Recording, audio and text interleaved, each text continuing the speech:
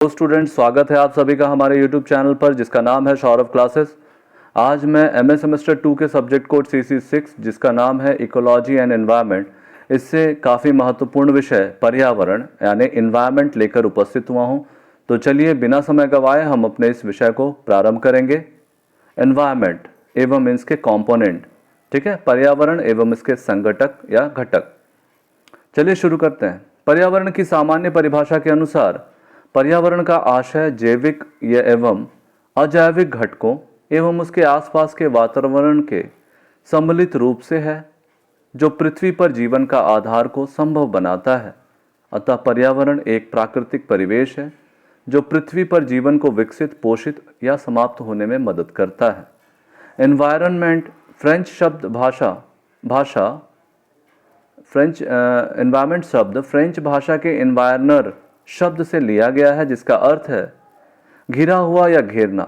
पर्यावरण शब्द का शाब्दिक अर्थ आसपास मानव, जंतुओं या पौधों की वृद्धि एवं विकास को प्रभावित करने वाली बाह्य दशाएं, कार्यप्रणाली एवं जीवन यापन की दशाएं आदि होता है।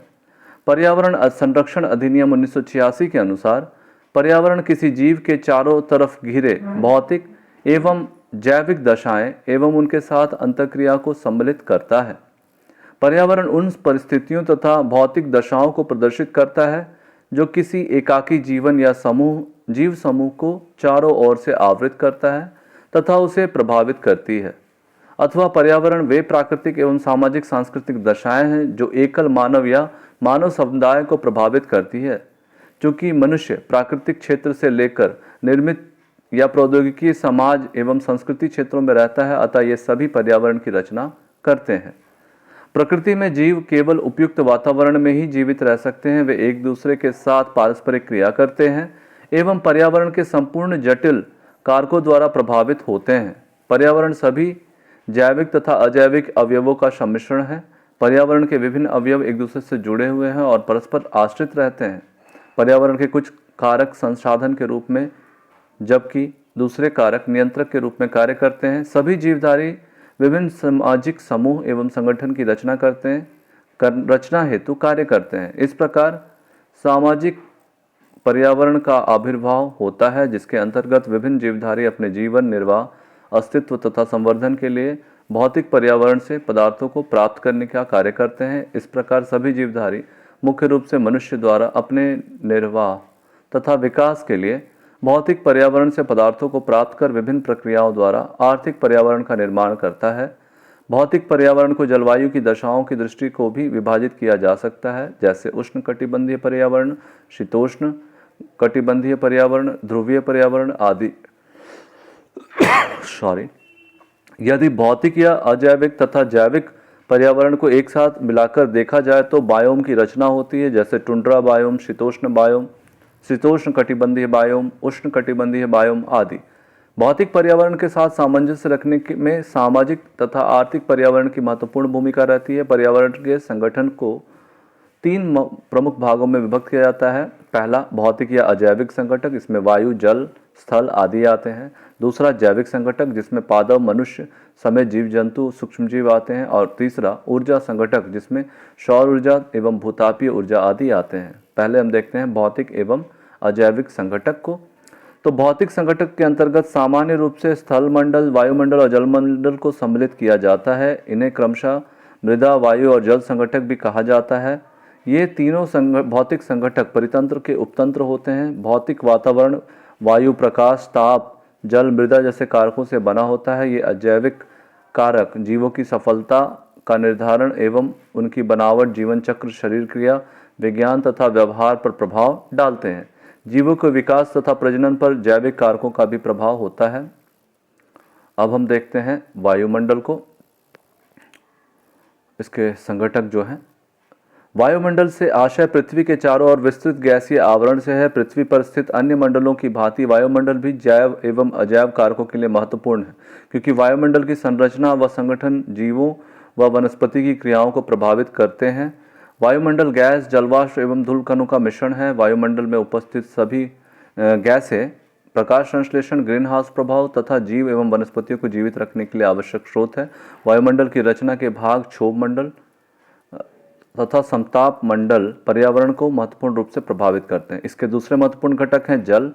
जल पृथ्वी पर प्राकृतिक रूप से पाया जाने वाला एकमात्र अकार्बनिक तरल पदार्थ है जो कि संसाधन, परिस्थितिकी या आवास के रूप में कार्य करता है। पृथ्वी पर जल की मात्रा समान रहती है जबकि यह एक रूप से दूसरे रूप में परिवर्तित होता है। यह प्रक्रिया जल चक्र कहलाती है। जल जीव की विभिन्न प्रक्रियाओं को नियंत्रित करता है। यह वनस्पति प्रकार तथा उसके संगठन पर भी महत्वपूर्ण प्रभाव डालता है।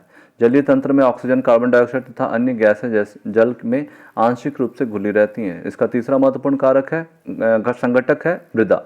मृदा भूपटपट्टी की सबसे ऊपरी परत है जो कि खनिज तथा आंशिक रूप से अपघटित कार्बनिक पदार्थों से निर्मित होती है। मृदा का निर्माण शैलों का अपने स्थान पर अपक्षय से या स्थानांतरित तलछटों का जल या वायु द्वारा अपरदन से होता है। मृदा में पौधे, फसलों, घास, थल तथा वनों की वृद्धि होती है जिन पर भोजन, वस्त्र, लकड़ी तथा निर्माण सामग्री के लिए आश्रित रहते हैं। मृदा का खनिज अवयव उसके मूल पदार्थों में खनिज तथा अपक्षय पर निर्भर करता है।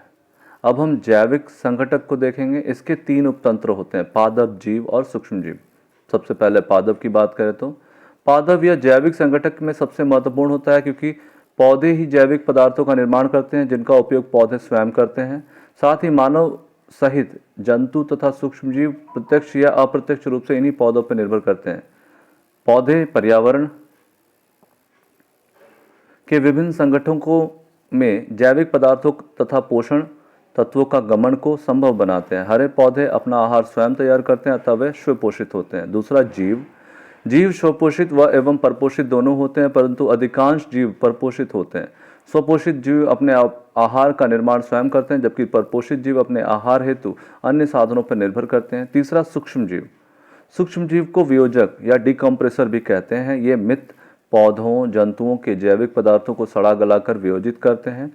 वियोजन प्रक्रिया के द्वारा ये अपना आहार भी ग्रहण करते हैं, साथ ही इन्हें सरल रूप में रूपांतरित कर हरे पौधे हेतु पुनः उपलब्ध कराते हैं। सूक्ष्म जीव के अंतर्गत बैक्टीरिया तथा कवक आदि शामिलित है। अब हम इसके तीसरे संगठक ऊर्जा संगठक को देखेंगे। इसके अंतर्गत सौर प्रकाश, सौर विकिरण तथा सौर उसके विभिन्न पक्षों को सम्मिलित किया जाता है। सूर्य से प्राप्त ऊर्जा सौर ऊर्जा कहलाती है। सूर्य से उत्सर्जित यह ऊर्जा विद्युत चुंबकीय तरंग के रूप में होती है अतः इसे विद्युत चुंबकीय विकिरण भी कहा जाता है। सूर्य की बाह्य सतह की अत्यंत ताप दीप्त गैसें नीचे से गर्म होने पर ऊर्जा का उत्सर्जन करती हैं जिन्हें फोटोन कहते हैं। पृथ्वी की सतह पर प्राप्त सौर ऊर्जा को सूर्यताप और सौर विकिरण कहते हैं। पृथ्वी की क्षैतिज सतह पर पहुंचने वाले सकल सौर विकिरण को भूमंडलीय विकिरण कहते हैं। सूर्य की यह ऊर्जा पृथ्वी के तापमान में महत्वपूर्ण भूमिका निभाती है जो पृथ्वी के सभी जीवों के क्रियाकलाप एवं भौतिक पर्यावरण को भी प्रभावित करती है। ऊर्जा संगठकों के अंतर्गत प्रकाश तथा ताप को सम्मिलित किया जाता है। निष्कर्ष के रूप में हम देख सकते हैं, इस प्रकार उपरोक्त अध्ययनों द्वारा हम पाते हैं कि पर्यावरण पृथ्वी के आसपास के भौतिक, जैविक, ऊर्जा संगठनों से मिलकर बना है।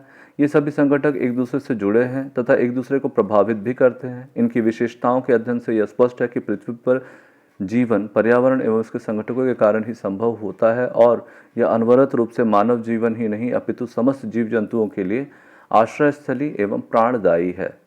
तो इस प्रकार से हमारा यह विषय पर्यावरण यहीं समाप्त होता है। आज के लिए बस इतना ही। धन्यवाद।